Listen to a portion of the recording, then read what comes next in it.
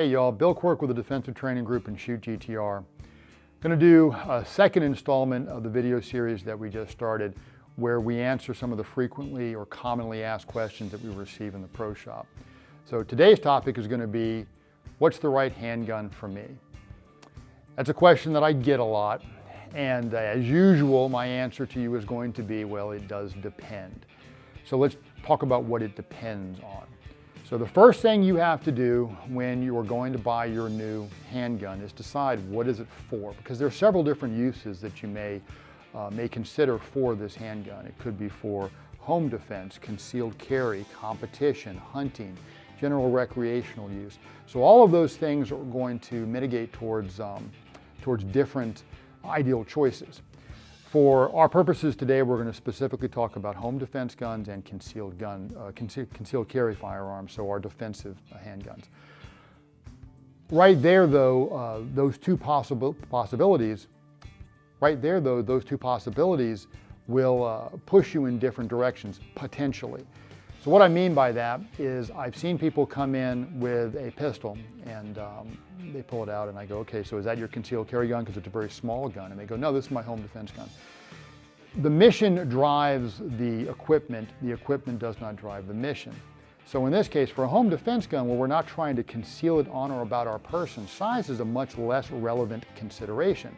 And we may want something that is a little bit larger, that has more capacity, a bit more for us to hold on to, more weight for recoil mitigation, more features, the ability to take a weapon light or a red dot or something along those lines. For a concealed carry pistol, obviously size is going to be more of a relevant consideration. It's something we have to factor into to make sure that we can discreetly and as comfortable as possible, conceal this thing on and about our person. But the big point that I'm making is I see a lot that people prioritize size over everything else, and that's a mistake. Size is a consideration, but it is not the only consideration, and I'm going to tell you it's not even the most important consideration. So regardless of whether it's a home defense gun or a concealed carry weapon, when you are looking at the selection, your first and foremost consideration, bar everything else, is can you shoot the gun? So back in the day when I started my journey, there was a very common expression that you'd hear: the first rule of a gunfight is to have a gun. And I still hear that from time to time, and I'm going to disagree with that. I'm going to tell you that gunfight has two words in it, gun and fight. So the first rule of a gunfight is to have a gun with which you can fight. What does that mean? That means that you can use this mechanical object to get the hits at both the distances you expect as well as the distances you don't. Your ability to shoot this thing effectively is the most important consideration. If you've got a gun that you cannot shoot effectively, it's not going to do you any good, and you're just kidding yourself. It's a lucky rabbit's foot. You need something that you can actually fight with. A closely linked corollary to that is the gun has to be utterly reliable. So you got to get a good quality weapon that's going to be utterly reliable with your chosen carry ammunition, your defensive ammunition. We'll talk about ammunition in a later video. So first and foremost, can you fight with a gun? Can you get to hits at the distances you expect as well as the distances you don't? Is the gun utterly reliable? Everything else is secondary. As we discussed with a home defense weapon, size is a much less relevant consideration. With a concealed carry weapon, size obviously does matter. I would caution you against going too small. Some general rules here. Bigger guns are generally easier to shoot. There's more to hold on to, there's more weight for recoil management, they tend to hold more ammunition, be chambered for more effective ammunition, sights and triggers tend to be better. Smaller guns are easier to conceal and carry, but everything else is inversely the case. So less to hold on to, less weight for recoil mitigation, they tend to hold less ammunition, be chambered for less effective ammunition, and frequently the sights and triggers are not as good. When we look at grip size particularly, because that's one I hear a lot about, if you think about it, we don't grip like this, we grip in an oval. So having a weapon that's got a bit more circumference around the grip allows you to fill this hollow here, which is going to be very important in your ability to shoot the weapon. You'll notice with the thinner guns, while they carry better, when you actually go to shoot them, they can torque left and right more because you don't have any surface contact on this hollow as you're gripping the weapon. So keep size as it's a consideration depending on where your wardrobe is, your environment that you're going to find yourself carrying, and all that kind of stuff. Those do affect this. But first and foremost, we need to figure out, can we shoot the gun?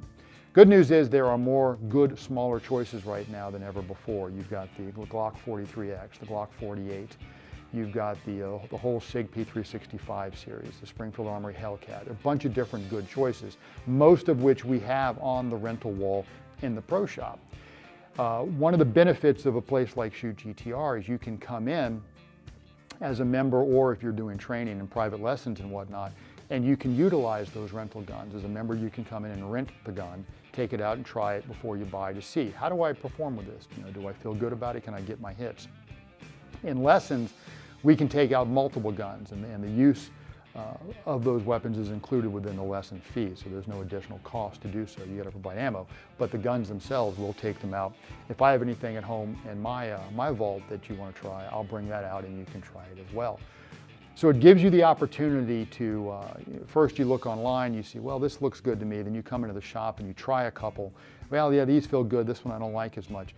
But we don't want to stop right there. We want to actually go out and shoot the gun and see, how do I perform with this? How do I feel about the gun in actual live fire? Because that may be a little bit different, sometimes subtle, sometimes significant, than what you experienced just holding onto the gun dry in the classroom or in the pro shop. So avail yourself to that opportunity out here.